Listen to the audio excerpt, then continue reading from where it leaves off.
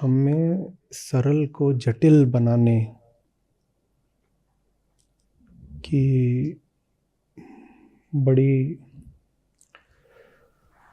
पुरानी और प्रगाढ़ वृत्ति होती है।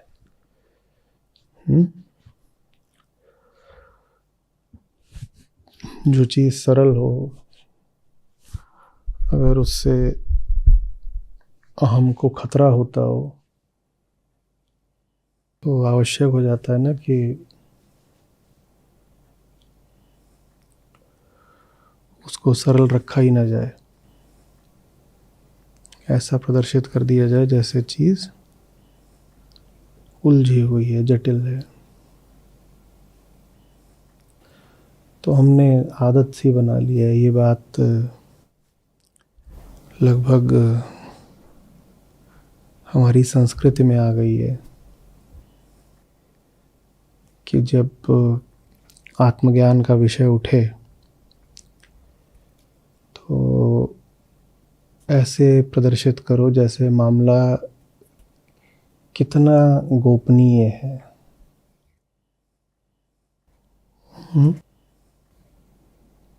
समझा ही नहीं जा सकता।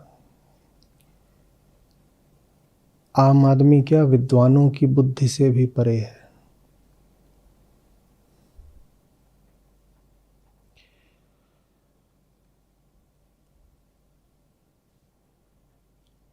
तर्क को, बुद्धि को तो हम किसी गिनती में रखते ही नहीं अध्यात्म में।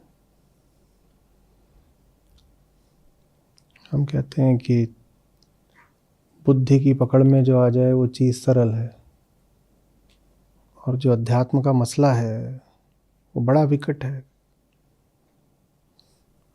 तो बुद्धि को तो पीछे छोड़ो,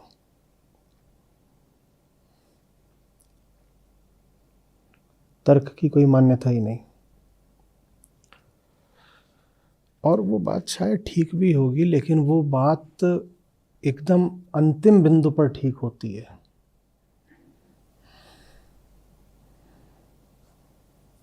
जहाँ पर जाकर के बुद्धि असफल हो जाती है,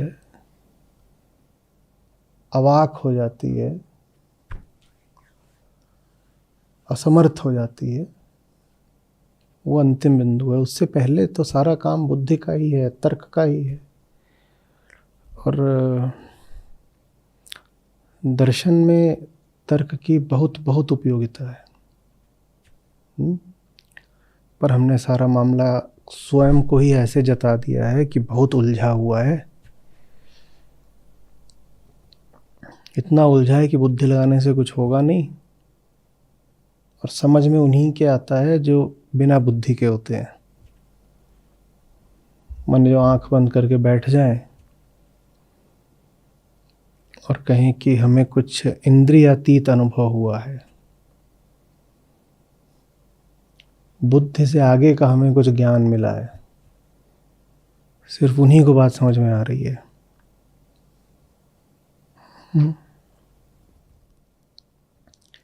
तो आम आदमी बेचारा बड़ा दबा दबा सा रहता है।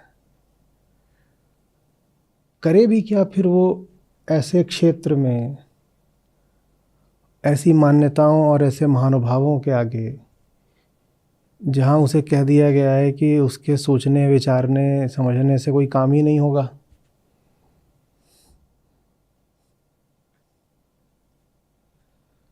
कह दिया गया है कि जो वो मामला है वो इतना गुह्य है,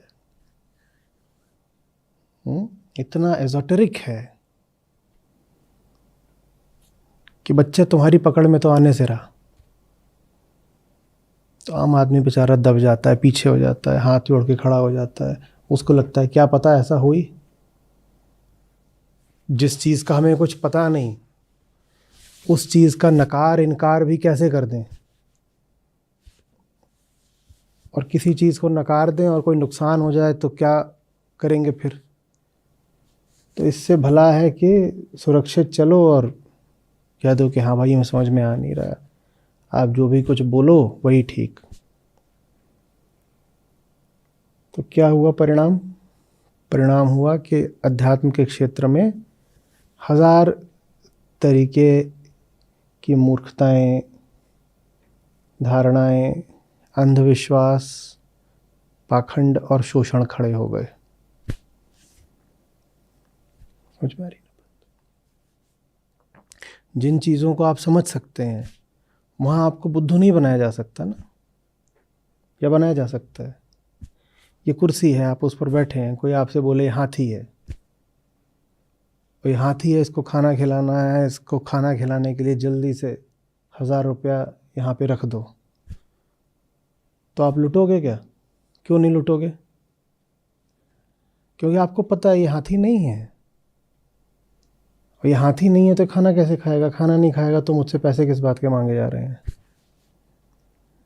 जहाँ आप समझते हैं वहाँ आपके लुटने की संभावना थोड़ी कम हो जाती है, ठीक? पर अभी आपको अगर बोल दिया जाए कि भाई बात आध्यात्मिक है, ऊपरी है, और ऊपरी बात ये है कि ये है ना, ये देख रहे छत के ऊपर एक विशेष शक्ति विराजी हुई है, और वो आशीर्वाद उनको ही देती है जो थोड़ा सोना थोड़ा चांदी आकर के उधर बाहर एक विशेष वृक्ष है उसमें दक्षिण दिशा से अर्पित करते हैं। तो आप अगर यहाँ 50 लोग बैठे हो तो मैं पक्का बता रहा हूँ 5 तो फंसोगे। अब फंसोगे क्योंकि अब जो आपको बात बता दी गई वो आप परख नहीं सकते ना। आपको बोला गया वो शक्ति है, वो शक्ति क्या है? अदृश्य है। आपने कहा कि शक्ति के विषय में जो मुझे अभी बताई गई बात, उसका कोई प्रमाण है? बोले प्रमाण कुछ नहीं है, परंपरा है। और परंपरा ही प्रमाण है, क्योंकि परंपरा का अर्थ है कि 500 साल से लोग इस बात को मान रहे हैं, तो 500 साल से जो लोग मान रहे हैं वो सब बेवकूफ़ थे क्या? तो परंपरा ही प्रमाण है। 500 साल से चल रही है तो माने इतने लोगों ने माना, वो सब बेवकूफ़ थे। और सबको अगर तुम मूर्ख बता रहे हो तो क्या तुम अपने बाप दादा को मूर्ख बता रहे हो?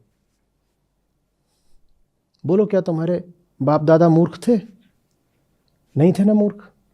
तो उन्होंने फिर जिस परंपरा का पालन किया वो गलत नहीं हो सकती। या तो ये मान लो कि तुम्हारे बाप दादा मूर्ख थे।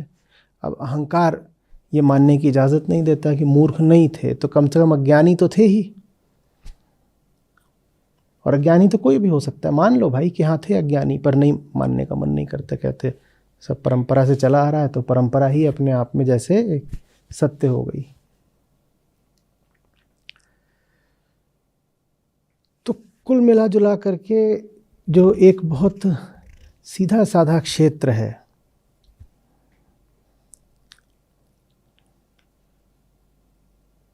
एक सरल विज्ञान है, उसको न्यस्त स्वार्थों के कारण उलझा दिया गया। बात एकदम सीधी है, कोई जटिलता नहीं, एकदम सीधी है, लेकिन उसको उलझा दिया गया। उलझा दिया गया क्यों? क्योंकि आपके लिए जो चीज़ सुलझ जाती है वो चीज़ अब आपके लिए हुआ नहीं रह जाती ना।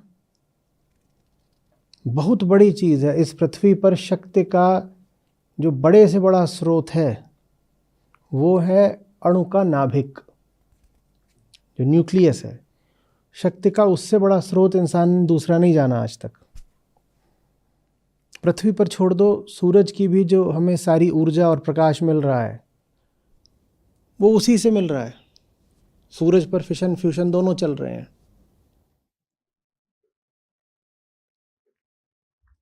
इतनी बड़ी चीज, इतनी ऊर्जा, लेकिन हमने उसको जान लिया है। तो क्या अब हम उससे ऐसे घबराते हैं कि जैसे भूत हो? नहीं, हमने उसको चूंकि जान लिया है तो अब उससे हम अपने पंखे जलाते हैं, अपनी बत्तियां जलाते हैं। और अगर कोई तरीका निकल जाए न्यूक्लियर वेस्ट के प्रबंधन का, तो यकीन जानिए एक दिन आप उससे अपनी गाड़ियां चला रहे होंगे। अगर उससे पनडुब्बी चल सकती है, न्यूक्लियर पावर्ड सबमरीन तो आप जानते ही हैं, अगर उससे पनडुब्बी चल सकती है तो एक दिन आपकी बाइक भी चल सकती है। सवाल तो बस मिनिएचराइजेशन का है। हो जाएगा, वो भी हो जाएगा।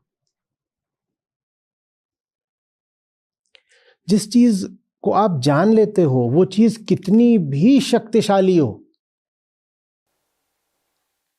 उससे अब आपका नुकसान नहीं हो सकता, बल्कि आप उससे अब लाभ ले लेते हो। आप समझ रहे हो?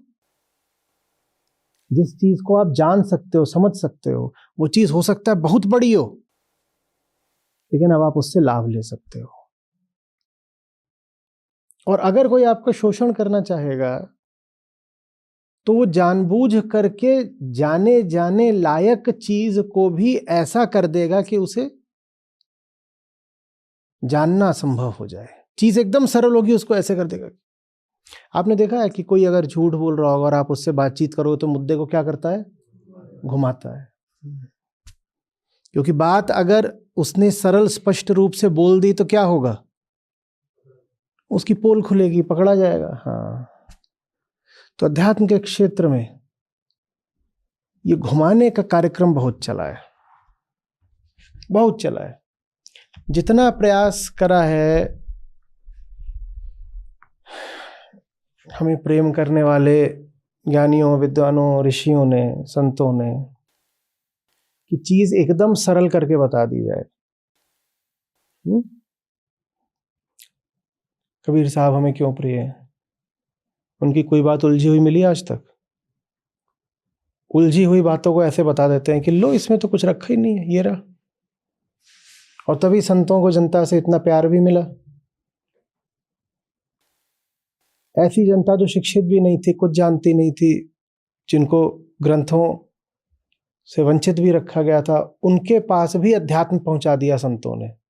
बोले तुम हटाओ ये सब मोटे मोटे शब्द संस्कृत के, कोई जरूरत ही नहीं है, मैं तुमको एकदम जमीन की भाषा में बता दूंगा। रोटी जानते हो? कहे हाँ हाँ रोटी तो जानते हैं। अच्छा अच्छा ठीक है। रस्सी जानते हो? हाँ रस्सी भी जानते हैं। तो रोटी, रस्सी, कुआं, कुआं देखे हो? कुआं देखे हैं, किसान है गांव का। बोले चलो बस तुम्हें रोटी, रस्सी, कुएं से हम सारा अध्यात्म समझा देंगे। बोले अरे महाराज बहुत बढ़िया किया, और समझा भी दिया। ये काम उन्होंने करा जिनके मन साफ थे। उन्होंने उलझी हुई चीजों को सुलझाया है। मैं कहता सुलझावनहारी और तू रहता उलझाई रे। उनका काम सुलझाने का था, उनका काम सुलझाने। अब आज मैं आपसे कुछ ऐसा अभी कहने जा रहा हूं जो सुनने में विचित्र लग सकता है, पर बिल्कुल सटीक बात है। कोई आपसे पूछे आत्मज्ञान क्या है, अध्यात्म किसको कहते हैं, कुल अध्यात्म क्या है ये बता दो। दुनिया भर की उसमें सिद्धांत हैं, कहानियां हैं, ये हैं, मत हैं, धारणाएं हैं, परंपराएं हैं, इतनी किताबें हैं। उन सबको अलग रखो, हमें सीधे सीधे बता दो आत्मज्ञान क्या होता है, या अध्यात्म की परिभाषा बता दो। तो आपको कुछ याद रखने की जरूरत नहीं, कुछ भी नहीं, कुछ भी नहीं। गीता के 3 अध्याय का 27वां और 28वां श्लोक। पिछली बार 27वां श्लोक देखा था, इस बार 28वां। और 27वां और 28वां भी बस दोहराव के लिए बोल रहा हूं, चाहे तो 27वां चाहे तो 28वां, दोनों एक ही बात कह रहे हैं। एक ही बात को दो तरीके से 27-28 में कहा जा रहा है। तो आप ये भी कह सकते हैं कि जो आज का श्लोक है इसमें पूरा अध्यात्म समाया हुआ है। सांख्य योग इसमें है, वेदांत इसमें है, बौद्ध दर्शन इसमें है, गीता ज्ञान इसमें है, आत्मज्ञान इसमें है। इसके अलावा कुछ भी नहीं होता। जो इस बात को समझ गया उसे और कुछ समझने की जरूरत भी नहीं है। इसके बाद जो कुछ है वो बस दोहराव है, वो बस इसलिए है ताकि आप इसी बात को किसी दूसरे तरीके से दोबारा याद कर सकें। लेकिन अगर कोई इस बात में गहराई से बैठ जाए तो उसे कभी किसी दूसरे बात की जरूरत नहीं पड़ेगी। इसके बाद आपको कुछ याद नहीं रखना है। कोई पूछे मुक्ति का एक सूत्र बता दो, कह दीजिए गीता 3:28, बस 3:27 भी बोल सकते हैं। गीता 3:28, कुछ और नहीं किया। इतना सरल है, इतना सरल। इसके अलावा और कुछ भी आपको बताया जाए ये वो फलानी चीज, कहीं का दंड फंद है, बेकार, हटाओ। काल का कचरा है, हमारे ऊपर मत फेंको।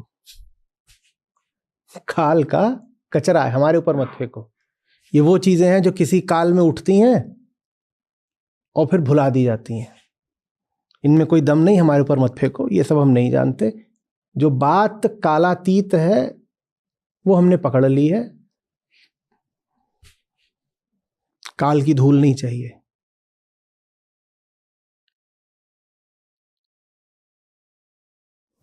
समझ रहे हैं?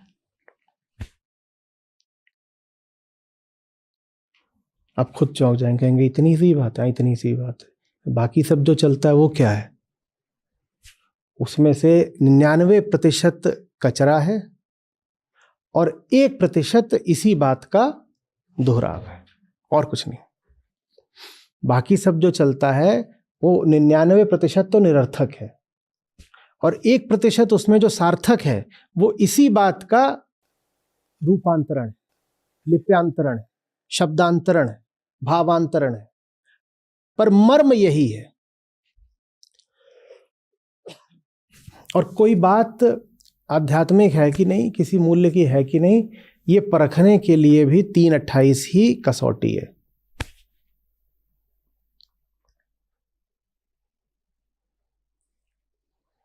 कोई बात आपको कही जा रही है, अगर वो किसी तरीके से रिड्यूस होकर के या प्रतिलिपित होकर के, प्रतिध्वनित होकर के आज के श्लोक में बदल सकती है, तब तो उस बात का कुछ मूल्य है, नहीं तो उस बात का कोई मूल्य नहीं है। तो मैं कह रहा हूं कि ये जो श्लोक है ये अपने आप में कसौटी है, टच स्टोन है।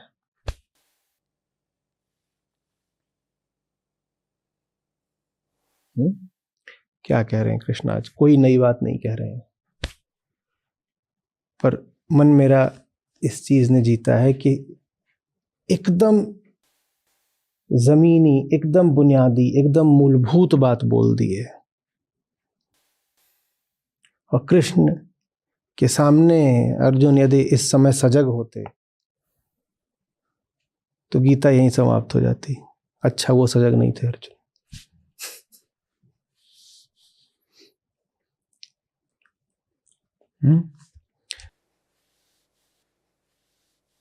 तत्ववित्तु महाबाहो गुण कर्म विभागयो। बहुत सुंदर है आगे, ठीक है? कुछ चल रहा हो जिंदगी में, अपने आप को ये जो 3 शब्द हैं ये बोलिएगा, गुणा गुणेषु वर्तन्त, गुणा गुणेषु वर्तन्त। फिर आगे क्या कह रहे हैं? जो इस बात को जान लेते हैं ज्ञानी लोग, वो फिर फंसते नहीं हैं। जो इस बात को जान लेते हैं वो फिर फंसते नहीं हैं। इति मत्वा न सज्जते, ये जानने वाले फिर आसक्त नहीं होते, कहीं पर जाकर के मोहित नहीं होते। क्या कहा है कि महाबाहो, अर्जुन को कह रहे हैं कि हे महाबाहो, जो तत्वविद हैं, जो ज्ञानी लोग हैं, वो अच्छे से जो गुण कर्म विभाग है उसको समझते हैं। और क्या समझते हैं? कि इस तरफ और उस तरफ, दोनों तरफ गुण ही बरत रहे हैं, गुण ही वर्तन्ते, मतलब विद्यमान है, वर्तमान है, गुण ही है, प्रकृति ही है, दोनों तरफ। कौन से दोनों तरफ? दृश्य भी, दृष्टा भी। कुछ और नहीं चल रहा है यहां पर। प्रकृति ही है जो जड़ और चेतन बन बैठी है। प्रकृति के ही गुण है, इसमें जिसको तुम कहते हो देखने वाला, वो भी गुणों का खेल है, और उसको जो कुछ दिखाई दे रहा है वो भी बस गुणों का खेल है। और इस बात को जो समझ गया वो फिर कभी मोहित नहीं होता।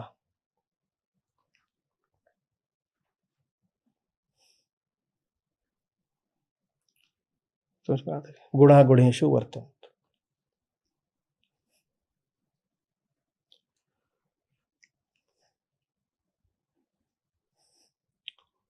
गुणों में गुण ही बरत रहे हैं।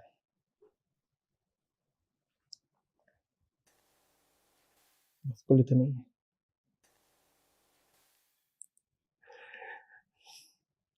जिसको आप कर्म बोलते हो वो बस गुणों की गति है, आपने कुछ नहीं किया।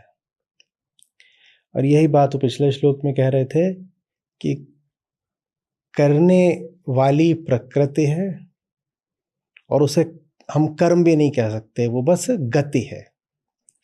लेकिन प्रकृति की गति को अज्ञानी लोग अपना कर्म समझ लेते हैं।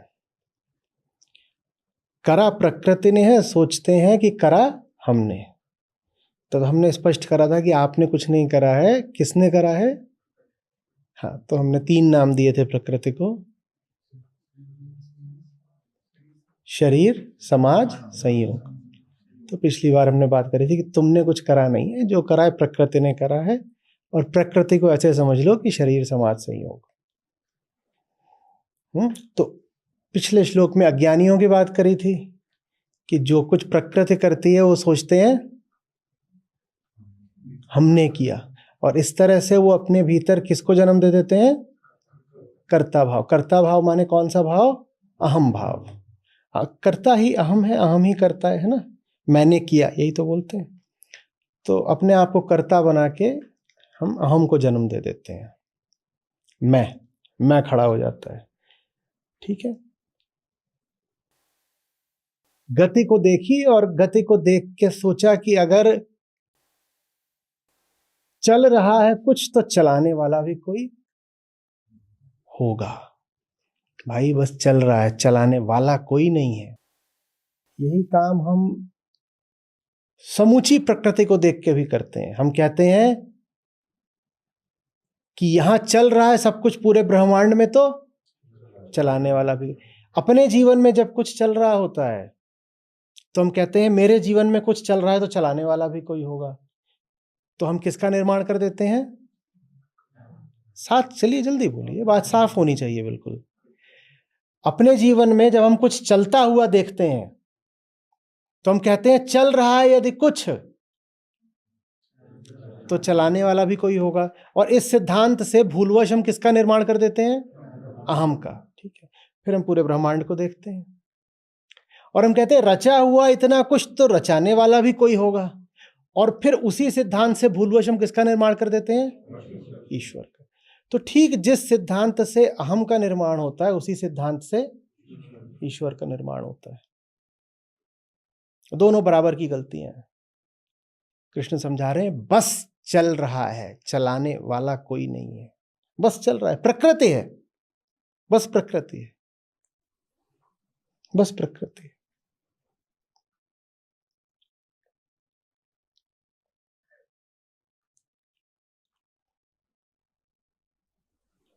बात समझ में आ रही है? गुणा गुणेषु वर्तन्ते इति मत्वा न सज्जते। जो ये बात समझ गया उसके बाद वो नहीं फंसता, वो मुक्त है। यही मुक्ति का विज्ञान है। मुक्ति का विज्ञान ये नहीं पूछता मैं मुक्त कैसे हो जाऊं। मुक्ति का विज्ञान ये जानने में है कि मुक्त होने के लिए मैं हूं ही नहीं।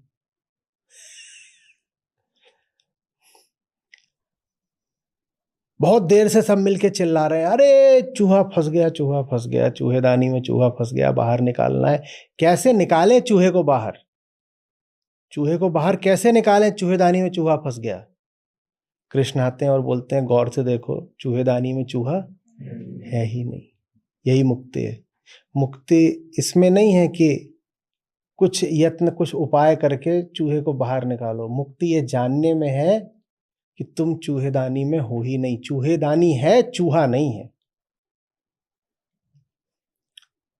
खटखट खटखट कुछ हो रहा है चूहेदानी में, तो चूहेदानी की अपनी गति है, तुम ये मान रहे हो कि चूहा है। जैसे अंधे हो, अंधों ने चूहेदानी रख दी कहीं ऊपर, अब चूहेदानी कटकुट कटखट कुट कर रही है, तो उन्होंने निष्कर्ष क्या निकाल लिया?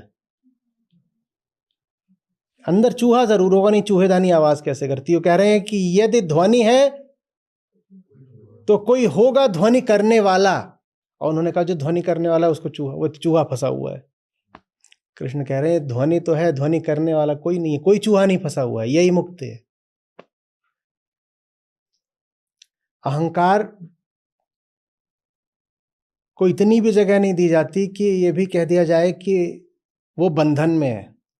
वो खुश हो जाएगा, कह दोगे हो तो पर बंधन में हो। कृष्ण उसका ऐसा अपमान करते हैं, बोलते हैं बेटा तू बंधन में होने के लिए भी नहीं है, क्योंकि ये भी कह दिया कि अहंकार बंधन में है, तो भी ये तो मान लिया ना कि अहंकार है, तू बंधन में होने के लिए भी नहीं है। ये तो छोड़ दे कि तू मुक्त है, तू बद्ध भी नहीं है। नहीं बोलो, कुछ तो बोलो ना मुझे, मैं होऊंगा तो तू है ही नहीं, गायब हो जा। तू सिर्फ प्रतीत होता है नहीं। इसी को माया बोलते हैं, जो लगे कि है पर है नहीं। उसी से मिलता जुलता शब्द है अध्यास। भासित होता है, बोलो साथ में, है नहीं। भासित होता है नहीं। नहीं तो फिर ये सब कौन है? वो भीतर से वो चिड़िया बताई जाती है, बोलती है गुणा गुणेषु वर्तन्त। गुण है, प्रकृति के गुण है। अरे रात में हवा बहती है तो पेड़ों को बोलते नहीं सुना है? नहीं सुना है? कभी किसी थोड़ा निर्जन जगह पे नहीं रहे हो, खासतौर पे पहाड़ों में, इतनी बातें करते हैं पेड़। हवा बहने दो, फिर देखो खासतौर पे अगर चीड़ हो, देवदार हो, कैसी बातें करते हैं। तो वैसे ही तुम बातें करते हो, कुछ भी भिन्न नहीं। नहीं पर हवा, पेड़, हवा तो निर्जीव है ना, तुम भी हवा ही हो। अंग्रेजी में तुम्हें बोलेंगे हॉट एयर। हॉट एयर का मतलब होता है जिसमें कुछ है नहीं, बस गुब्बारा फुला रखा है।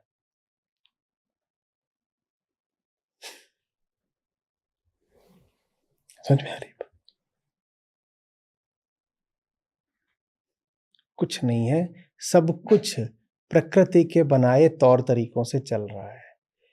और कृष्ण की इसमें विशेषता ये है कि वो कह रहे हैं कि जो तुम्हारे आगे चल रहा है सिर्फ वही नहीं है प्रकृति का बनाया हुआ, जिसके आगे चल रहा है वो भी प्रकृति मात्र है। इतना तो हम बहुत बार स्वीकार भी कर लेते हैं कि दुनिया क्या है, प्रकृति का खेल है, ये पूरा जगत क्या है, प्रकृति का खेल है। वो कह रहे हैं जगत ही प्रकृति का खेल नहीं है, जगत तो है ही प्रकृति का खेल। तुम जो देख रहे हो तुम भी प्रकृति मात्र हो, तुम अपने आप को कुछ विशेष मत समझना। और जैसे ही ये जान लेते हो मुक्त हो जाते हो। मुक्त, अब कुछ नहीं, मैं हूं ही नहीं, तो अब मुक्ति के लिए बचा क्या? यही समूचा अध्यात्म है, यही आत्मज्ञान है, जान लेना कि मैं हूं ही नहीं। यही सांख्य योग है, यही बुद्ध समझाते रहे 20 साल तक, तुम हो ही नहीं। आत्मज्ञान का अर्थ यही होता है। बेकार परेशान हो, तुम हो ही नहीं।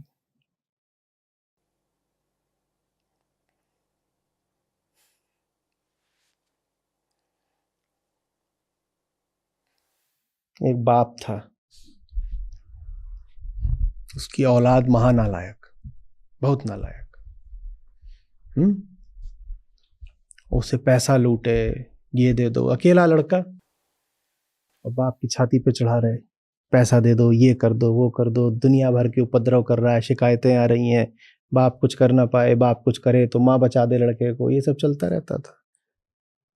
लड़का बिल्कुल अव्वल दर्जे का नालायक। जितना पैसा था बाप का सब उड़ा दिया उसने, 1000 तरह की अय्याशियां। तो बाप ने कहा इसको सबक तो सिखाना होगा। बाप के मन में भी क्रोध, और बाप है तो बोले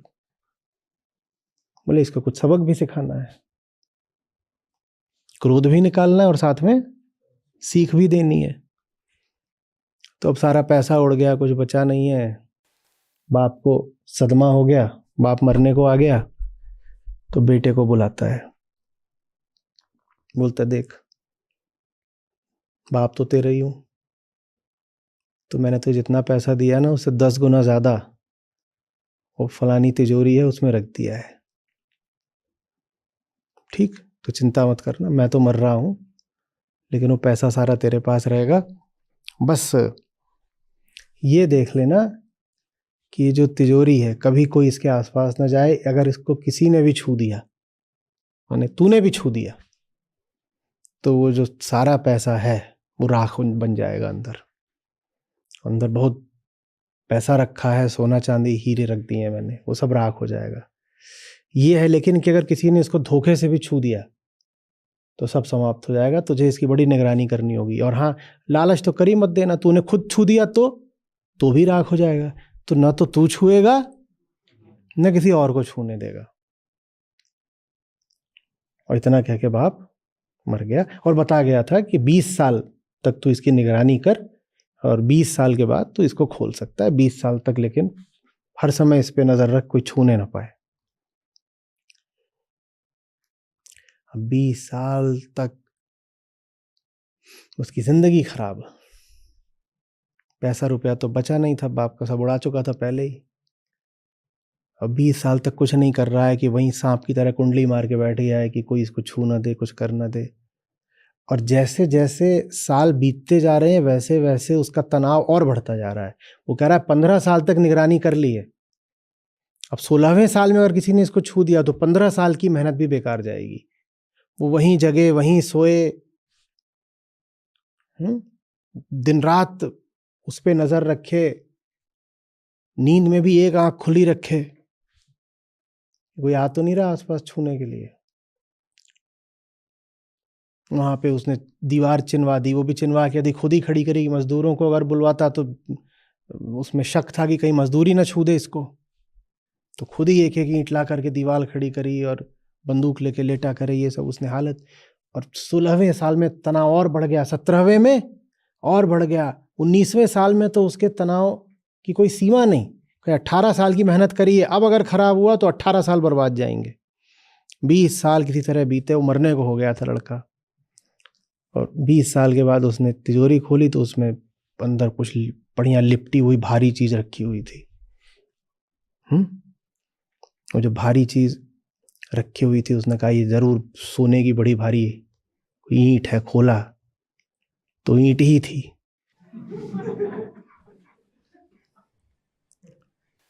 ईंट ही थी।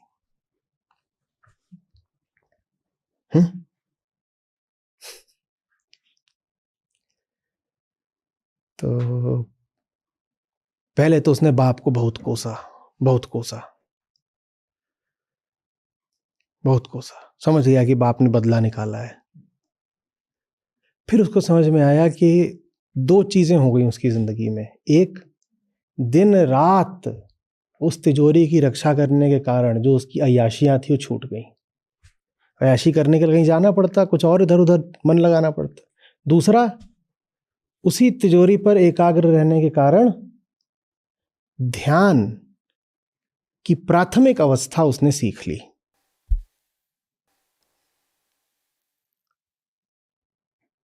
लेकिन कुल मिलाकर के उसको एक बात समझ में आ गई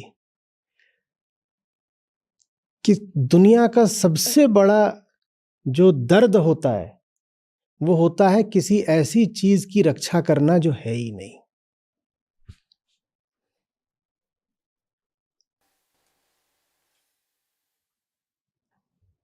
समझ रहे हो बात को? आप यही मान रहे हो कि एक तिजोरी है आपकी छाती के भीतर और इस तिजोरी में रखा हुआ है एक हीरा। वहां हीरा है ही नहीं, कुछ नहीं है। सब कहते उस भीतरी हीरे को हम क्या नाम देते हैं? हीरा माने जिसकी सबसे ज्यादा कीमत हो। हमारी जिंदगी में सबसे ज्यादा कीमत किसकी है? मैं की। तो इधर यहां पर एक तिजोरी है और तिजोरी के भीतर एक हीरा रखा है और हीरे का क्या नाम है? मैं। कृष्ण आपसे कह रहे हैं तिजोरी खाली है, कुछ नहीं है वहां। और अगर ये मानोगे कि वहां हीरा रखा है तो दिन रात किस में जियोगे? तनाव में जियोगे। और ये बड़ी भारी यंत्रणा होती है कि किसी ऐसी चीज की रक्षा के तनाव में जियो जो, अरे चीज हो भी तो भी उसकी रक्षा करने में बहुत तनाव रहता है और वो तनाव अक्सर घाटे की ही बात होती है। चीज की उतनी कीमत नहीं जितना उसके लिए हम तनाव ले लेते हैं, वहां ही घाटा है। तो सोचो वहां कितना घाटा होगा जहां ऐसी चीज की रक्षा के लिए हम मरे जा रहे हैं जो है ही नहीं। कृष्ण कह रहे हैं कि गुणों का खेल है प्रकृति के, मैं तो कुछ है ही नहीं और तुम उस मैं के लिए क्या अपने आप को दुख दिए दे रहे हो? मैं सोचता है कि मैं हूं,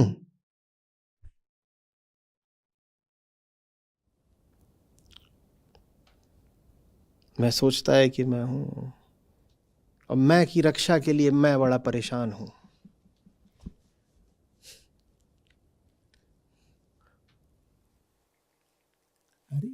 इसी को और जब दार्शनिक तरीके से करा जाता है तो पूछते हैं कि इस मैं का कोई प्रमाण है? तो उत्तर ये आता है कि मैं का प्रमाण तो मैं ही है, मैं के अलावा कोई प्रमाणित नहीं कर सकता कि मैं है। तो ये तो फिर गड़बड़ बात है। जब तुम्हारे अलावा तुम्हारा कोई प्रमाण ही नहीं है तो फिर तो धांधली हो सकती है, धांधली है। उसी धांधली का नतीजा दुख होता है।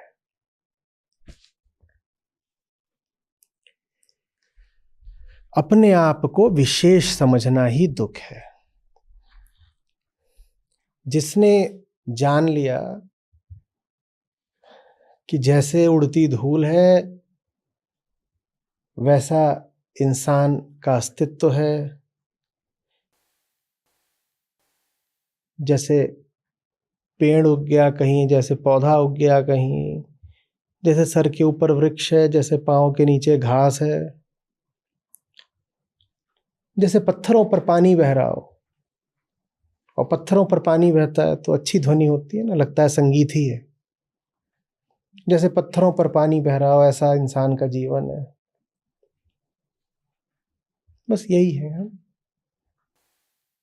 जिसने ये जान लिया वो मुक्त है।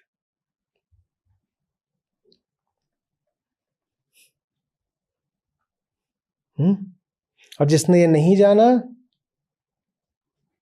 वो 20 साल तक तिजोरी की रक्षा में लगा रहेगा। वो लड़का तो किस्मत वाला था, अंततः जान गया कि भीतर जो भारीपन है वो भावना और मोहब्बत का नहीं है, वो ईंट है। हमको तो यही लगता रहता है कि दिल भारी है, याद आ रही है, वो ईंट है और कुछ नहीं है।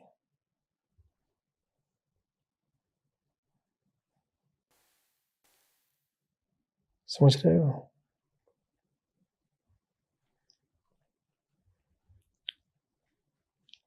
ज्ञान बड़ी अद्भुत चीज है। जानने का मतलब होता है जानने वाले को समाप्त कर देना।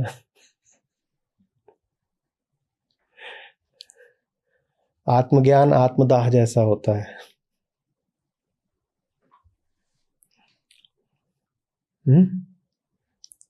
बताओ आत्मज्ञानी क्यों नहीं मिलते? बड़ा दाह लगता है। दहन माने जलना, मिटना। लेकिन ये ऐसा दहन है जिसमें बड़ी शांति है, शीतलता है।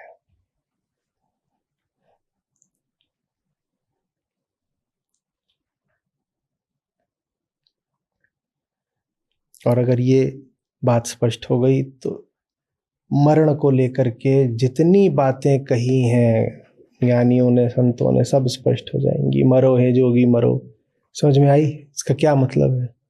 मैं है ही नहीं। आमतौर पे आप मरने की स्थिति तभी मानते हैं ना जब जीव मैं बोलना बंद कर देता है। एक जीव था, मैं बोलता था, जब उसने मैं बोलना बंद कर दिया तो आप बोलते हो मर गया। तो कह रहे हैं कि तुम जीते जी मैं बंद कर दो, मरो मरण है मीठा।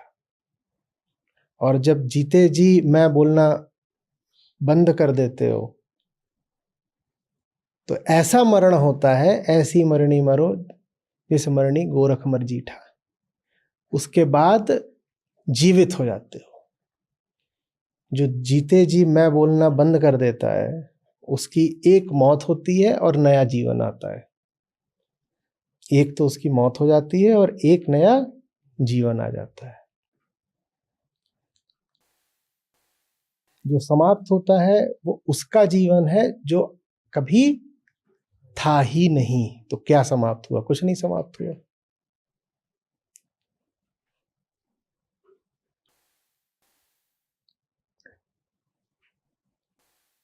आ रही बात समझ में?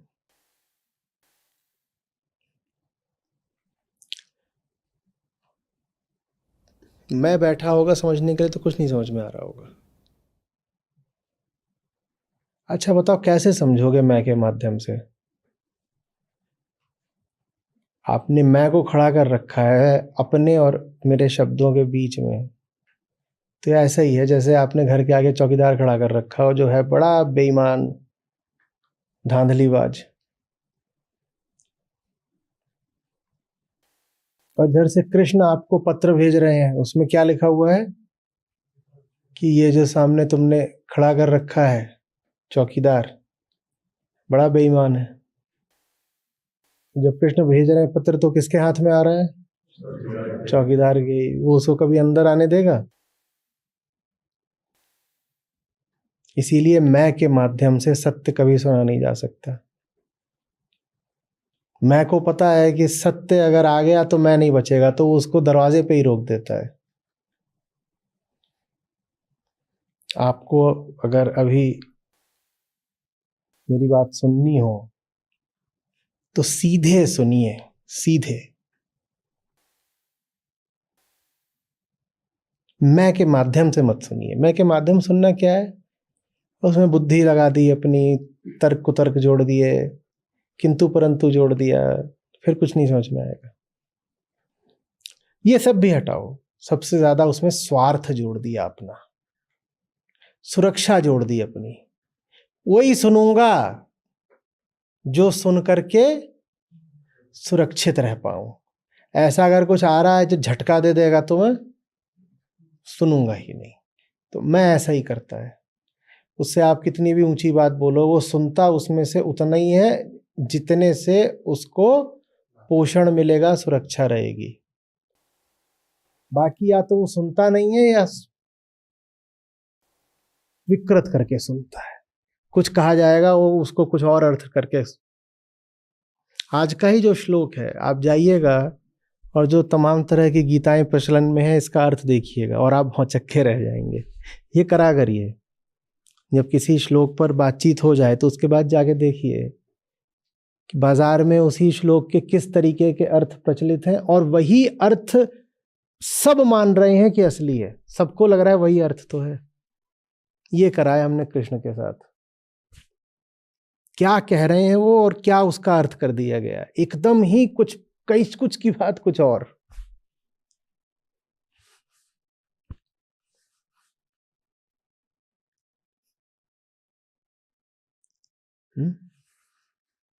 इसीलिए तो होता है ना कि लोग आते हैं कहते हैं जी हमने गीता पढ़ी है, 15 साल के थे तब से पढ़ रहे हैं, 65 साल के हो गए। और आप उसका मुंह देखते हो कहते हैं 50 साल से गीता पढ़ रहा और ऐसा है।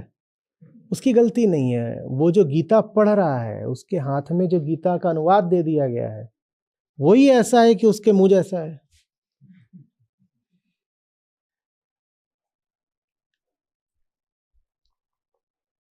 नहीं तो एक श्लोक पर्याप्त, मैं आपसे कह रहा हूं 28वां श्लोक पर्याप्त है। पूरी गीता इसी श्लोक में समा गई है। इसी श्लोक को आप विस्तार दे दें तो दुनिया भर का सारा आध्यात्मिक साहित्य बन जाएगा। और जो साहित्य संक्षेप में इस श्लोक में न समा जाए उसको जान लीजिएगा कि वो आध्यात्मिक नहीं है। वो कुछ और हो सकता है, मनोरंजन हो सकता है, अध्यात्म नहीं हो सकता। सुंदर शब्द है।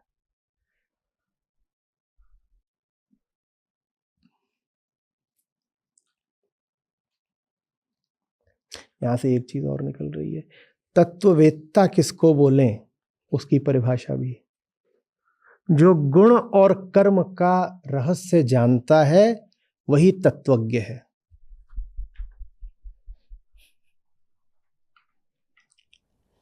गुण माने जो आपके भीतर असली करता है वो गुण है। मैं तो कर नहीं रहा, तो करने वाला कौन है? गुण है। तो गुण माने जो असली करने वाला है वो असली करता है, और कर्म माने जो चल रहा है, गति हो रही है। तो माने गति के पीछे असली कारण कौन है, इसको जो समझता हो उसको ही ज्ञानी मानना। अज्ञानी कौन है? जो सोचे कि गति के पीछे कोई करने वाला है। ज्ञानी कौन है? जो जानता है कि जिसको तुम कर्म कह रहे हो उसके पीछे बस गुण है। ज्ञानी वो है जो जानता है कि कर्म के पीछे करता नहीं है, कर्म के पीछे गुण है। ये लिख लीजिए, ये ज्ञानी की परिभाषा है। कुछ आनंद से आ रहा है? इतनी सरल बात है।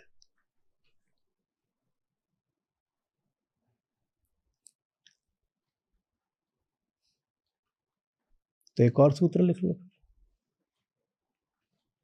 आनंद तो सरलता में ही है।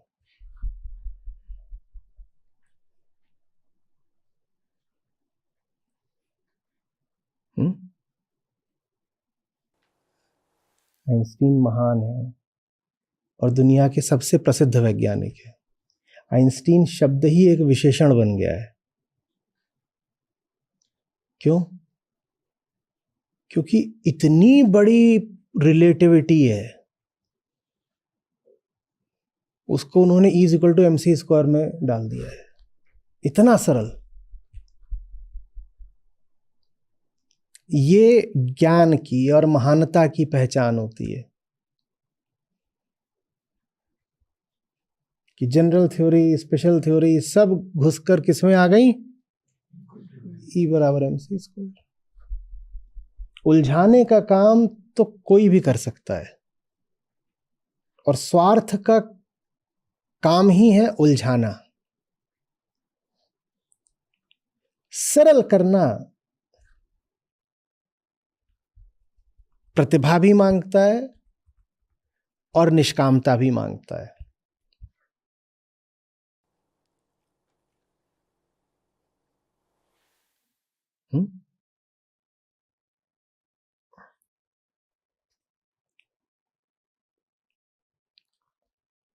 अब मैक्सवेल के काम के बिना आइंस्टीन का नहीं हो सकता था। लेकिन मैं कहूं कि मैक्सवेल की इक्वेशंस बताइए तो आप बता पाएंगे?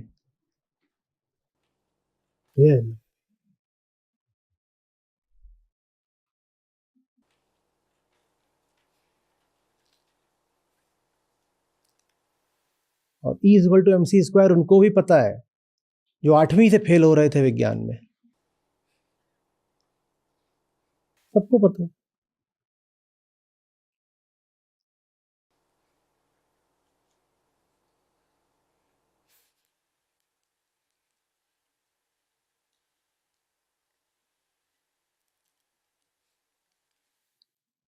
ये E=mc² है। सारा अध्यात्म 3 बूंदों में निचोड़ दिया है। EMC, सत रज तम। सब कुछ उतने में आ गया, कुछ नहीं। इधर उधर की बात एकदम नहीं करनी है।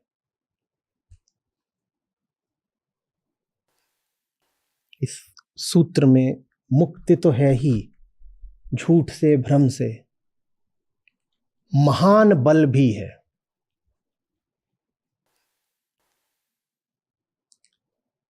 जो ही दिखाई दे कि कुछ आपके साथ प्रकृतिगत और प्रकृतिवश हो रहा है, तुरंत कहिए ये तो गुण है, ये तो मैं हूं नहीं। जब मैं हूं नहीं तो इसमें मेरा क्या, मैं हट सकता हूं।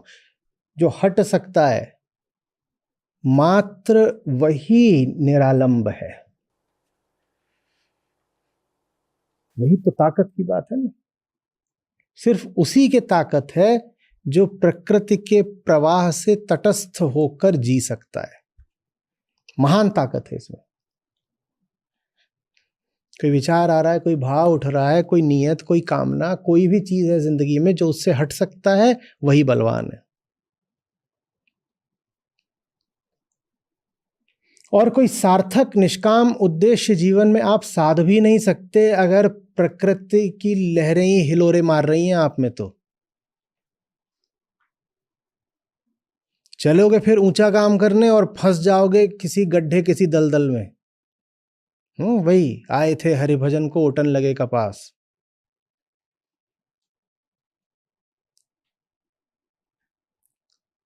जीवन में कोई सार्थक उद्देश्य हो ही तभी सकता है जब प्रकृति के गुण कर्म को प्रकृति का गुण कर्म जाना जाए, अपना नहीं। जो प्रकृति के खेल में व्यर्थ ही फंस गया, वो अब क्या कोई ऊंचा काम करेगा, कुछ भी नहीं हो सकता।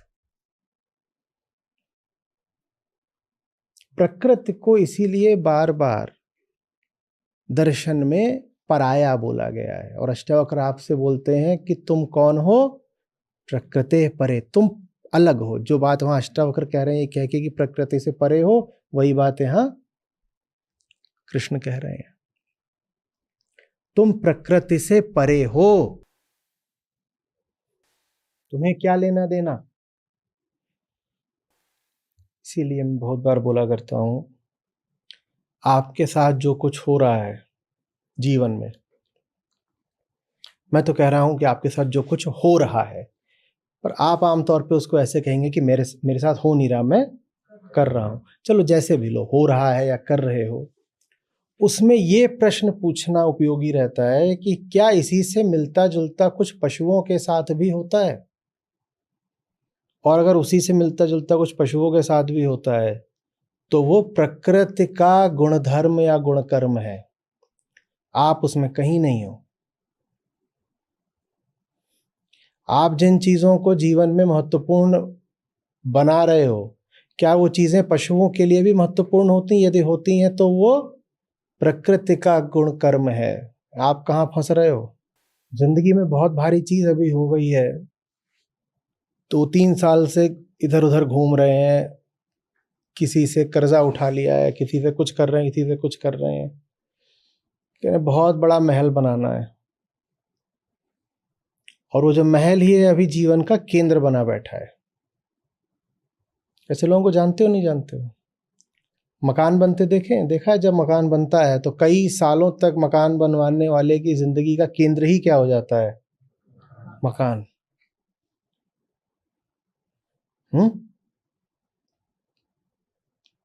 वो बालू पीता है, वो सीमेंट खाता है, वही जिंदगी है। वो कहीं बैठ जाए, सांस ले तो वहां से रेत आती है, यही कर रहा है वो। वो क्या कर रहा है ये जानना हो तो किसी चिड़िया का घोंसला देख लो, बस बस। और अब उसके बाद क्या होगा ये जानना हो तो किसी मादा खरगोश को देख लो।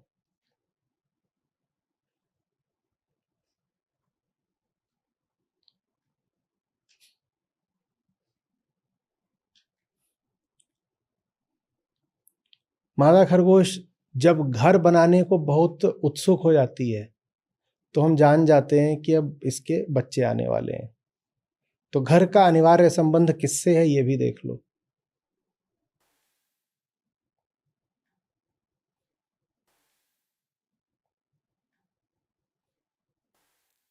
और जब खरगोश को बच्चे होने वाले होते हैं तो उसके बाल बहुत झड़ते हैं, बहुत बाल झड़ते हैं उसके, झब्बे झब्बे बाल। और उन्हीं बालों का इस्तेमाल करती है वो अपना छोटा सा घोंसला भी बनाने के लिए। और भी चीजें रखती है पर अपने बाल भी रखती है, क्योंकि खरगोश के बाल बहुत मुलायम होते हैं। तो वो अपने ही बाल झाड़ती है, उन झाड़ बालों को ले जा करके बनाती है और वो बन जाता है घोंसला। आप समझ जाते हो कि अब इसमें बच्चे आने वाले हैं। तो शारीरिक क्रियाओं का भी संबंध किससे है ये भी जान लो।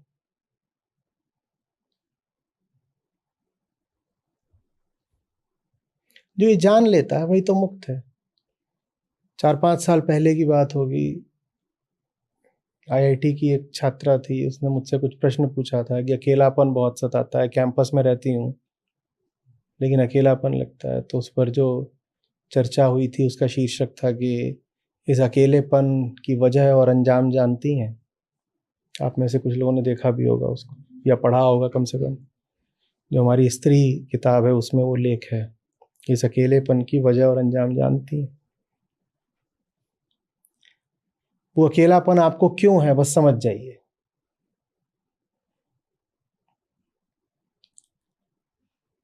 सारा अकेलापन उसी घोंसले की तलाश है और कुछ नहीं।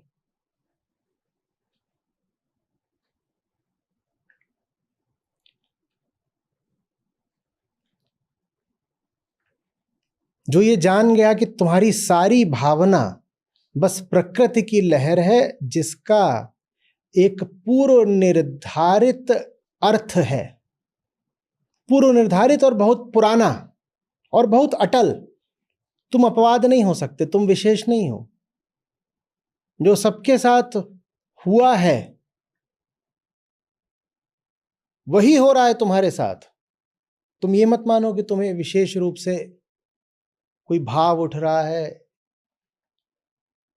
या किसी घटना के लिए चुना गया है, कुछ नहीं। जो कुछ भी सबके साथ हो रहा है वही तो प्रकृति है।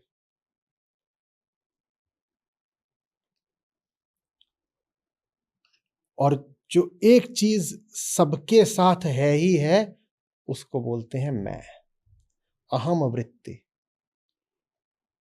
कोई कुछ भी हो, कैसा भी हो, मैं तो जरूर बोलता है ना। जो जीव बोल नहीं सकते उनमें भी मैं का भाव तो रहता ही है ना।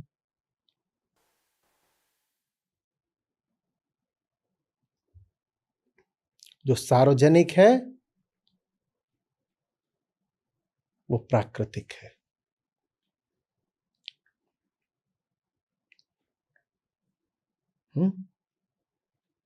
ये जमीन का टुकड़ा मेरा है, मैं इसके लिए प्राण दे दूंगा,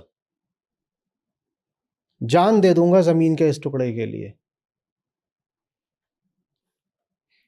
कभी देखना सड़क पर ये जो हमारे कुत्ते होते हैं आवारा, कैसे ये टांगे उठा उठा करके अपनी सीमाएं निर्धारित करते हैं। आप क्या सोचते हो उनको आपकी गाड़ियों के टायरों की सिंचाई करने में कोई पारमार्थिक लाभ है? नहीं, वो अपने क्षेत्र की सीमा निर्धारित कर रहे हैं। कह रहे हैं यहां से यहां तक मेरा अड्डा है, कोई दूसरा कुत्ता आए तो सूंघ के जान जाए कि ये मेरा है। और अगर कोई दूसरा कुत्ता आ गया तो फिर देखो कैसे वहां विश्व युद्ध होता है। विश्व युद्ध ही होता है। इसकी टोली के 8-10 और आ जाते हैं। कभी देखा है? 6 कुत्ते इधर के, 5 कुत्ते उधर के। ये कुछ नहीं है, जमीन के पीछे की लड़ाई है। अब वही जमीन के पीछे की लड़ाई कुत्ते करें तो आप पत्थर मारते हो, और नेपोलियन करे तो बोलते हो नेपोलियन महान। ये तो नहीं चलेगा। इसीलिए जॉर्ज ऑरवेल ने अपनी एनिमल फार्म लिखी थी।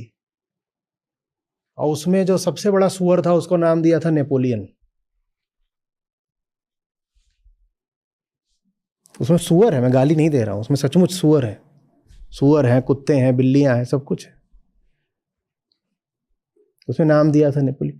बोले वही काम कुत्ते कर रहे हैं कि मेरी जमीन मत ले लेना, तो बोलते कुत्ता भाग यहां से। और वही काम तो हमारे महान सम्राटों ने करा है ना, जमीनें जीती। और क्या करा है, आप नक्शों पर लकीरें खींचते और कहते हो वाह कितना बड़ा क्षेत्र इसने जीता, ये महान है। पर वो काम तो कुत्ते ने भी करा है।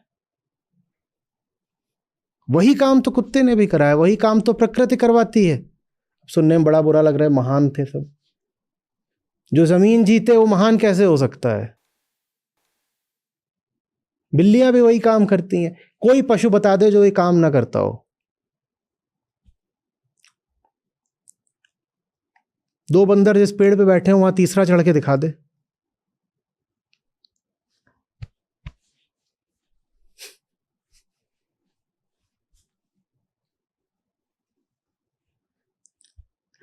गुटबंदी।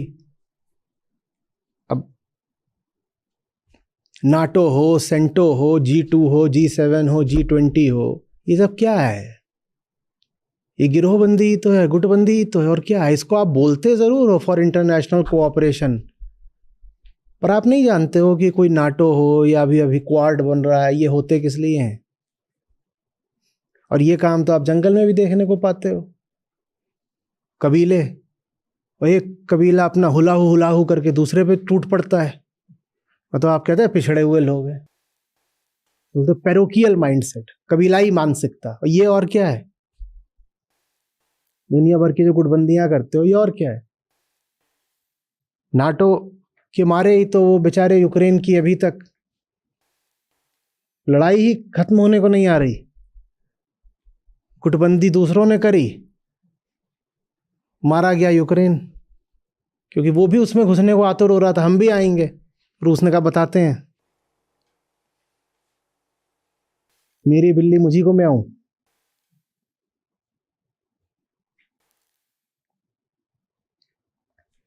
ये गुटबंदी का काम जंगल में खूब देखते हो कि नहीं?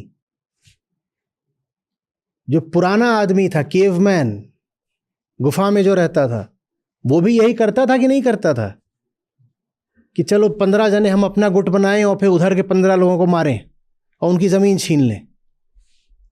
तो वही काम जब अब होता है तो उसको इतना क्या महिमा मंडित करते हो?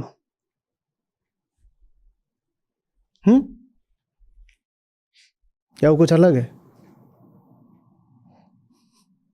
अब चुनाव आ रहे हैं, एक इधर दल बनेगा, कहेंगे आ जाओ गठबंधन, एक गठबंधन उधर बनेगा। ये और क्या है? वही तो है, सत्ता के पीछे मारामारी।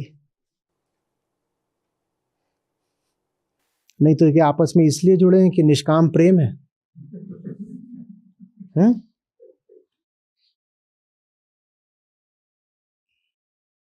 क्यों भाई?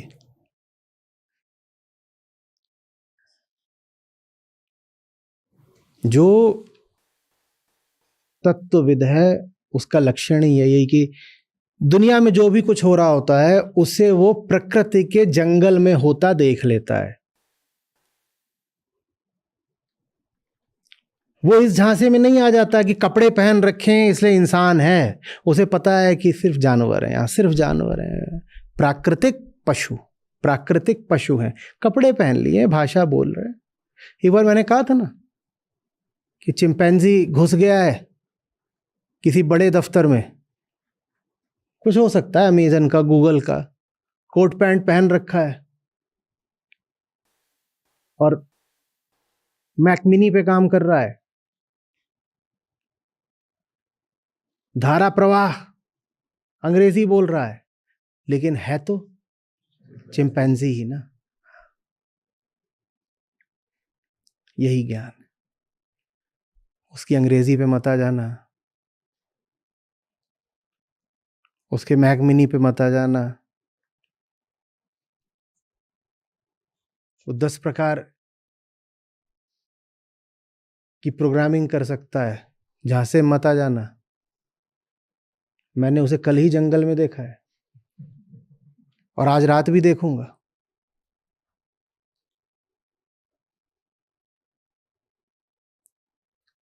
समझ में आ रही है बात? ये सब ऊपर का धोखा है। सभ्यता, संस्कृति, भाषा, वस्त्र, नैतिकता, सब झूठ। इन सब के पीछे हमारा जंगली जानवर ही होता है। वो अंधेरे में गुर्रा रहा है, उसकी आंखें चमक रही हैं और उसके दांत बाहर आ रहे हैं। सब झूठ है। बातें ऊंची हैं, नेक इरादों का प्रदर्शन है, लेकिन उसके पीछे सिर्फ प्रकृति का पुराना प्रवाह है, जिसमें न सत्य होता है, न बोध होता है, न प्रेम, न करुणा। प्रकृति में इन बातों का क्या अर्थ है? प्रकृति तो इतनी अचेत है कि वहां बड़े क्रूर तरीके से एक पशु दूसरे का वध भी कर देता है, तो हम ये नहीं कहते कि अरे बड़ी नाइंसाफी करी। कभी कहते हो क्या? इतने हिंसक पशु हैं, कभी उनको ले आकर के न्यायालय मुकदमा चलाया कि कितनी बेदर्दी से इसने मारा है अभी अभी, तड़पा तड़पा के? कभी कुछ करा?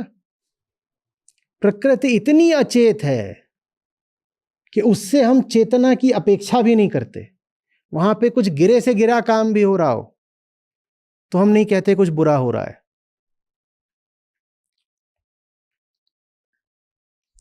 अज्ञानी है वो जो सोचते हैं कि प्रकृति में हिंसा हो रही है। प्रकृति में तो हिंसा भी नहीं होती।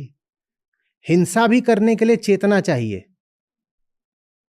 प्रकृति में इतनी कम चेतना है कि प्रकृति में हिंसा भी नहीं होती। ना अहिंसा है ना हिंसा है, प्रकृति में कुछ नहीं है। हिंसा अहिंसा ये दोनों शब्द सिर्फ मनुष्य पर लागू होते हैं। शेर पे भी नहीं लागू होते, हाथी पे नहीं लागू होते, गीदड़ पे नहीं लागू होते, घास पे नहीं लागू होते, पानी पे नहीं, वृक्ष पर नहीं, किसी पे नहीं लागू होते। आप अगर कहें शेर हिंसक है तो आप प्रकृति को समझते नहीं है। शेर हिंसक नहीं है। शेर सिर्फ शेर है। शेर सिर्फ शेर है। वो वही कर रहा है जो कोई भी शेर करेगा। शेर के पास ये चेतना ही नहीं है कि वो हिंसा या अहिंसा का निर्णय कर सके। शेर हिंसक नहीं होता। तो प्रकृति ऐसी है, अपने आदिम अंधेरे में ऐसी डूबी हुई कि हम उस पर तो हिंसा का भी इल्जाम नहीं लगा सकते। जैसे कोई बेहोशी में चल पड़े और आके आपसे टकरा जाए तो आप उसको थप्पड़ थोड़ी मारते हो, आप तो उसको सहारा देते हो ना। बल्कि तो प्रकृति ऐसी है, बेहोशी में होता है वहां जो हो रहा है। शेर बेहोश है, शेर को पता थोड़ी है कि वो क्या कर रहा है।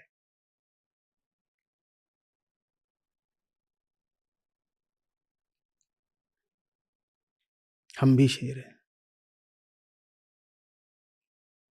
ये रहा मेरा बब्बर शेर। सब पशु ही है।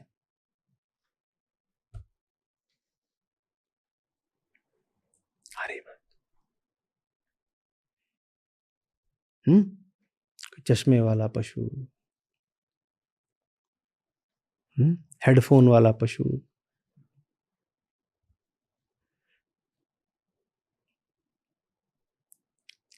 देखते नहीं हो बंदर आपको क्या संदेश देते हैं? आप खड़े हो जाओ पेड़ के नीचे, मोबाइल लेके, वो मोबाइल ऊपर ले जाएगा। अचानक ऊपर से झपट्टा मारेगा, आपका मोबाइल ले लेगा। आपको नहीं ले जाता, आपके मोबाइल को ले जाता है। ऊपर मोबाइल ले जाएगा, जैसे आपने कान में लगा रखा था वो भी लगा लेगा। वो आपको कुछ बता रहा है। वो आपको बोल रहा है ये तो मैं भी कर सकता हूं, तू मुझसे अलग कैसे? बता ना, तू मुझसे अलग कैसे? ये काम कैसे करता है मोबाइल, ये तो ना तुझे पता है ना मुझे पता है।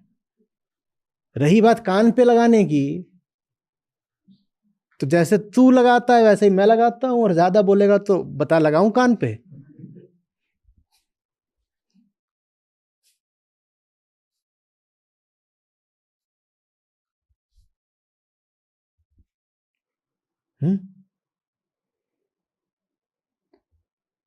भाषा वाले पशु, देशों वाले पशु, संयुक्त राष्ट्र वाले पशु, मिसाइलों वाले पशु, कंप्यूटर्स वाले पशु, डेंचर्स वाले पशु। झापड़ पड़ा और पूरा जबड़ा बाहर आ गया। जानवर भी हैरान है, बोल रहा करना तो तुम्हें वही है जो प्रकृति ने दिया है। दांत से ज्यादा तुमने कुछ नहीं बनाया, दांत तो प्राकृतिक होते हैं। तो ले दे करके तुम्हारी सारी तकनीक, तुम्हारे सारे आविष्कार, काम बस प्रकृति को ही आगे बढ़ाने का कर रहे हैं। तुमने क्या बनाया है? दांत। तो प्रकृति को ही तो आगे बढ़ाया। दांत पहले भी थे और तुमने क्या करा? तुमने और दांत बना लिए। कुछ दिनों में तुम कंप्यूटराइज्ड दांत बना लोगे, लेकिन रहेंगे तो वो दांत ही, और दांत तो चबाने और फाड़ने के ही काम आते हैं।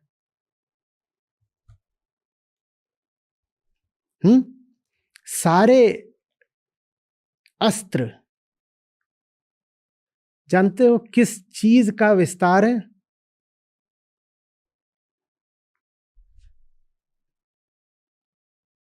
जब शुरुआत हुई थी तो यही हथियार था। ये हथियार है। एक हथियार आज का हमारा बस इसी का विस्तार है।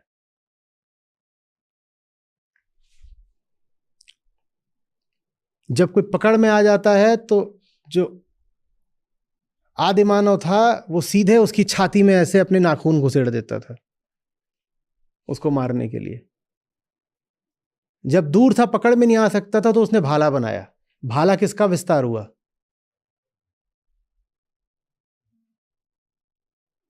वही भाला आज मिसाइल बन गया है। वो मिसाइल आपके हाथ का विस्तार है, और ये उसी पुराने जानवर का हाथ है जो आज मिसाइल बन चुका है।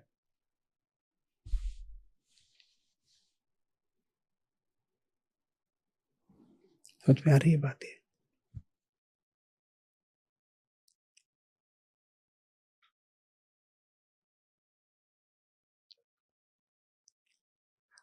कुत्ते के दांत आपने कभी देखे हैं? कब देखे हैं? याद करिए। कुत्ते के दांत आमतौर पर दिखाई देते हैं? नहीं दिखाई देते। कुत्ते के दांत सिर्फ कब दिखाई देते हैं? जब वो डराता है। जब डराता है तो देखा खास तौर पे क्या करता है? ये अपने होंठ ऊपर करके अपने दांत दिखाता है। ठीक है, तो दांत कब दिखते हैं? जब खास तौर पे जब सामने शिकार होता है, और यही काम भेड़िया करता है। सामने शिकार होता है तो दांत दिखते हैं। समझो, जब सामने शिकार होता है तो दांत दिखते हैं। माने जिस चीज से पेट की और कामना की पूर्ति होती है उसके सामने दांत दिखने लगते हैं।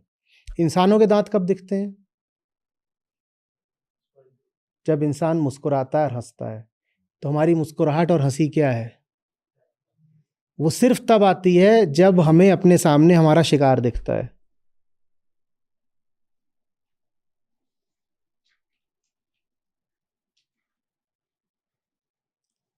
वरना सोचो तो,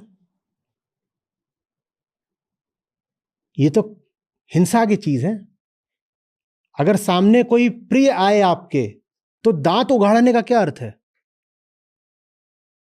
आपकी जेब में एक बंदूक है, आपके सामने आपका प्रियतम आता है, आप बंदूक निकाल लेते हो क्या? तो आपके सामने आपका प्रियतम आया तो आपने दांत क्यों निकाले? और तुरंत दांत निकालते हो। आप चाकू लेके चल रहे हो, आपका कोई प्यारा आपके सामने आता है, तुरंत चाकू खोलते हो क्या? नहीं। तो दांत क्यों खोला? दांत का खुलना ही यही बताता है कि प्रियता की हमारी परिभाषा आज भी यही है कि इसको भोगूंगा। इन दांतों को बहुत पुराना अभ्यास है तभी दिखने का जब सामने शिकार आए। शिकार सामने आया नहीं कि वो जो आदि मानव था उसने तुरंत क्या करा? गुर्रा के दांत निकाले। आज भी वही चल रहा है। शिकार जब सामने आता है तो हमारी मुस्कान छा जाती है। मुस्कान छाती ही तब जब शिकार सामने आता है। जो ये जान गया, अब वो किसी की मुस्कान पे फिदा कैसे हो जाएगा? यही तो मुक्ति है। बच गए ना। वो मुस्कुराया और तुम भागे। तुमने कहा लक्षण ठीक नहीं है जब सामने कोई जानवर दांत दिखा रहा हो। सामने अगर कोई जानवर है और दांत दिखा रहा है तो इसका मतलब है कि अब हमला होने ही वाला है। तो आपके सामने एक जानवर खड़ा और आपको देख के उसने बत्ती सी फाड़ दी, तुरंत भागोगे वैसे ही जैसे कोई खूंखार भेड़िए के सामने से भागता है। बात में अतिशयोक्ति हो सकती है, लेकिन इशारा किधर को है समझिए। कोई मुस्कुरा ही नहीं रहा। अरे इतने सारे दांत, मेरे भी। ये देखो,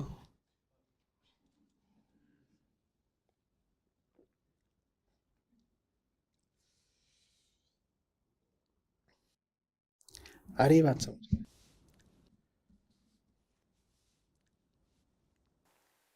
खेल के पीछे उदाहरण के लिए हम जान देते हैं,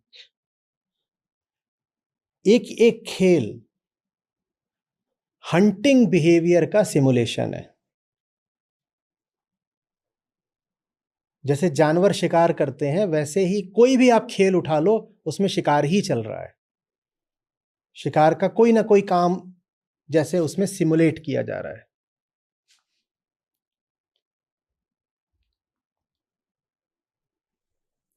दो कबीले आमने सामने हैं, उसके बाद कभी रस्सी खींचनी है, कभी गेंद आगे पीछे करनी है। उस गेंद को मान लो क्या है, वो गेंद एक खरगोश है, और उस खरगोश की जान लेने के लिए दो विरोधी कबीलों के गुट आपस में प्रतिद्वंदिता कर रहे हैं। ये सॉकर है।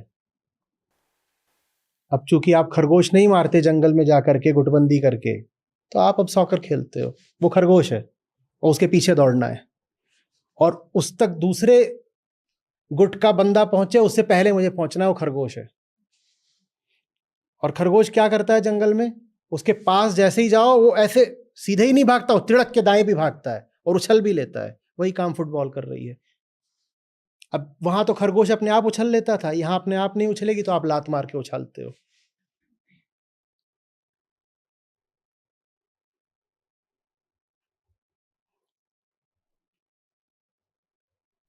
अब बताओ, फुटबॉल में हार जीत के पीछे दंगा करके जान दोगे? एक बार समझ गए कि ये जो सॉकर का मैच चल रहा है ये था क्या सचमुच, अब जान दोगे? ऐसे ऐसे करके बोलोगे कि मैं फलाने खिलाड़ी पर जान देता हूं। वो खिलाड़ी नहीं है, वो शिकारी है। वो ऐसा बेहोश शिकारी है कि जानता भी नहीं कि शिकारी है। वो सचमुच अपने आप को खिलाड़ी ही समझता है। हम जिन चीजों को खूबसूरती का पर्याय समझते हैं, चाहे स्त्री में चाहे पुरुष में, वो सब की सब चीजें प्रकृति ने निर्धारित कर रखी हैं ताकि प्रकृति का कार्यक्रम आगे चलता रहे। वो प्रकृति का गुण कर्म है। आप क्यों उसमें दीवाने हुए जा रहे हो?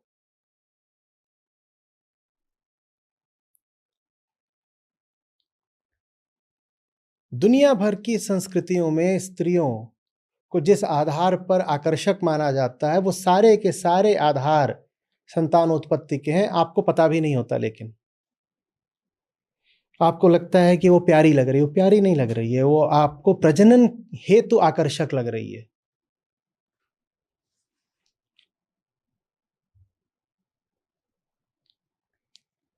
स्त्रियों के वो सारे अंग जिनको पुरुष विशेष रूप से आकर्षक मानते हैं, वो सब प्रजनन से संबंधित है।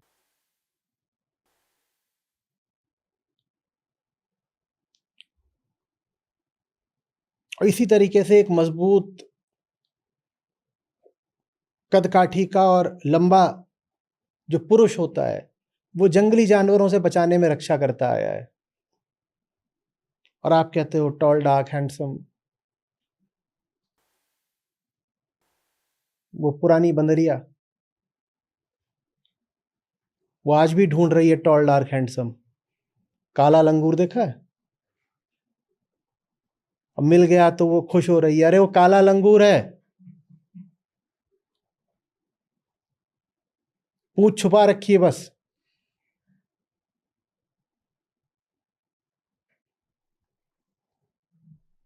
पर कितनी खुशी छाती, यार मिल गया, यही तो था।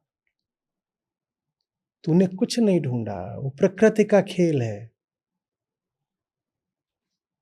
जिस दिन तू पैदा हुई थी उसी दिन निर्धारित हो गया था कि तुझे इस तरीके का पुरुष पसंद आएगा ही आएगा। उसमें तू कहां है? जो चीज पहले से ही सुनिश्चित हो, उसमें तुम कहां हो भाई?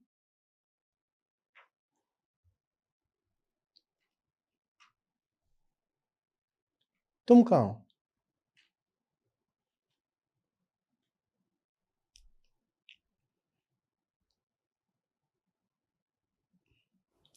इतना ही नहीं है, जिसको हम सहयोग बोलते हैं, परस्पर, वो भी एक प्रकृतिगत गुण ही है। अगर आप जंगली जानवरों को देखेंगे तो वहां भी आप कई तरीके का कोऑपरेशन पाएंगे। तो ये भी कोई मानवीय बात नहीं है, ना चेतनागत बात है, अगर आप दो लोगों को या दो समूहों को या दो राष्ट्रों को आपस में सहयोग करता पाए। सहयोग जंगल के खतरों के खिलाफ उपयोगी होता है।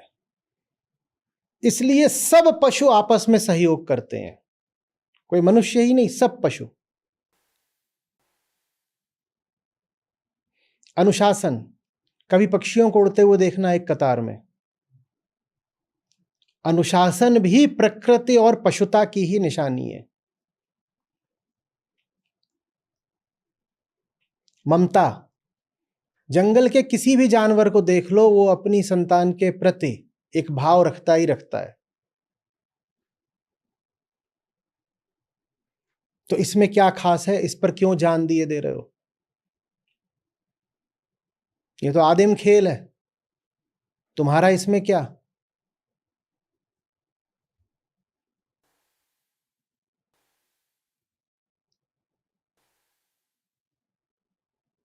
और यही बात फिर लागू होती है उम्र के बढ़ने पे, बुढ़ापे के आने पर, बीमारी के आने पर और मृत्यु के आने पर।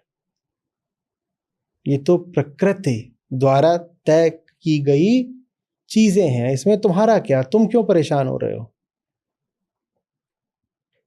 उम्र बढ़ रही है, आपको तनाव हो रहा है, बहुत सारे लोग इसी में अवसाद में चले जाते हैं। झुर्री आ गई, झुर्री हटाना न जाने कितने मिलियन बिलियन डॉलर का उद्योग है। झुर्री हटाते हैं और क्या भरते हैं पता नहीं, वो बोटॉक्स और तमाम तरह के और काम। तुम क्यों परेशान हो रहे हो? लहर उठती है, लहर गिरती है, इसमें तुम्हारा क्या है? बाल रंगवा रहे हो, देखिए, रुकिए। हम्म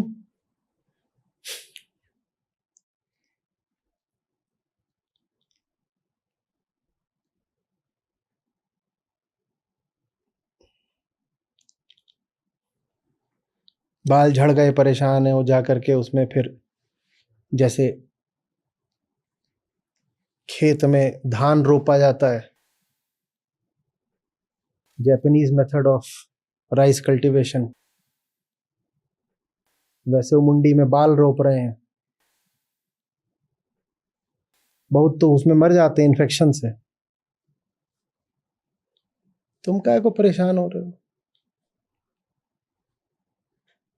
अरे जब पत्ते लगे थे तो पतझड़ भी तो आएगा, तुम्हारा इसमें क्या है कि घर के बाहर जो पेड़ लगा है, पतझड़ में जब उसमें से गिरता है तो रोने लग जाते हो कि ये तो टकला हो गया? हम्म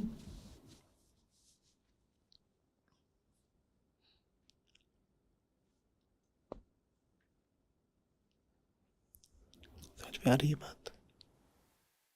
और यही सूत्र लागू होता है उस पर जो पत्तों के झड़ने, बालों के झड़ने और जंगल की सारी क्रियाओं का दृष्टा है, वो भी इसी मिट्टी से, हवा से, पानी से बना है।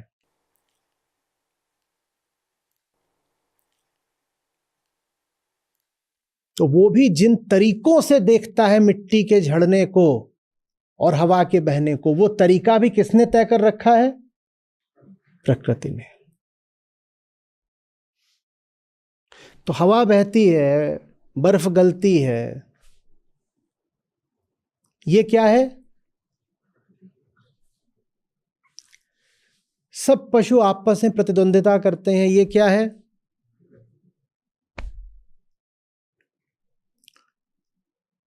और आप इन सब चीजों को एक तरीके से देखते हो, वो तरीका भी किसने दिया है? तो जो कुछ आप देख रहे हो वो तो प्रकृति है ही, उसको देखने का जो आपका तरीका है वो भी प्रकृति ही है।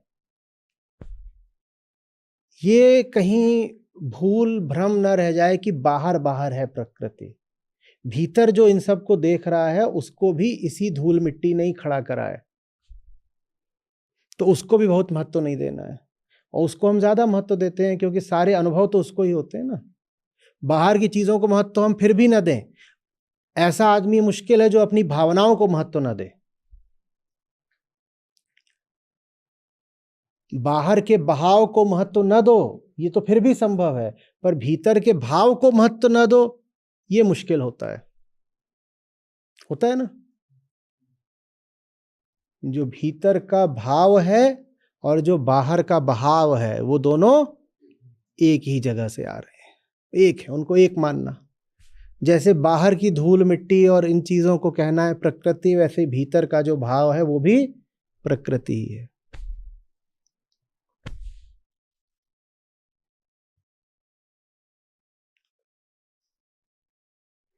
और भीतर का भाव बहुत सताए तो उसको बोलना गुणा गुणेशु वर्तन्त।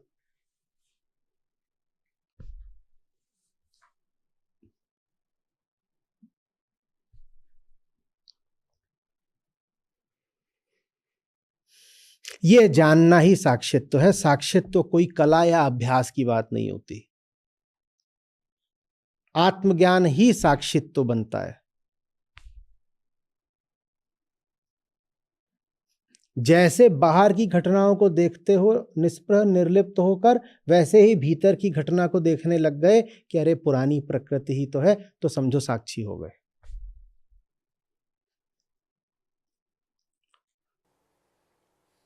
जिनके घरों में पशु हो पालतू, उन्होंने देखा होगा कि संगीत से पशु आकर्षित हो जाते हैं, देखा है? तो आप जब संगीत के प्रति आकर्षित होते हो सिर्फ, तो उसमें पशु जैसा ही कुछ है।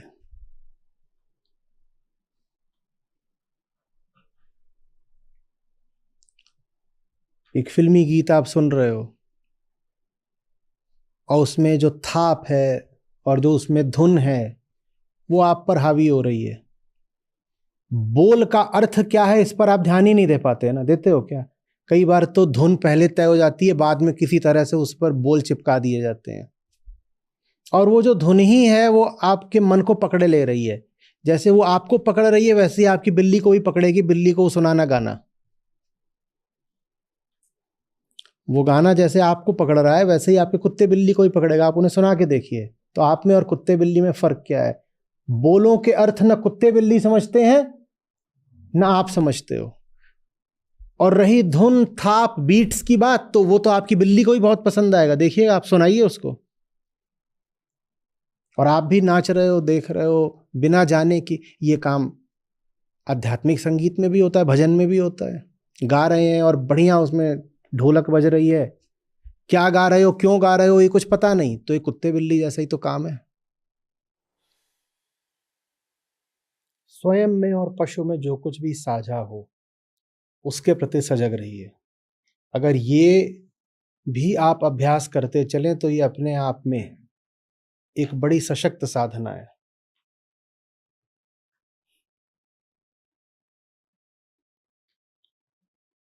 इसका अर्थ ये नहीं है कि पशु को दुत्कारना है या पशु का अपमान कर देना है।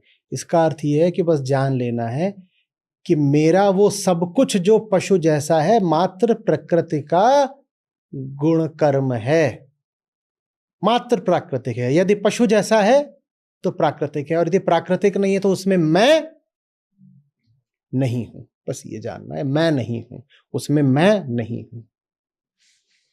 और मैं नहीं हूं तो फिर ठीक है, अब मैं साक्षी हो सकता हूं ना, मेरा उसमें कोई लेना देना नहीं। मैं क्या करूंगा उसमें घुस के? प्रतिभागिता की कोई जरूरत नहीं। अब वहां मेरा अब कोई सरोकार ही नहीं है, मैं नहीं हूं। वो तो पशु का काम है, चल रहा है, पुराना पशु है, प्राकृतिक पशु है, चल रहा है काम। बताइए प्रश्न।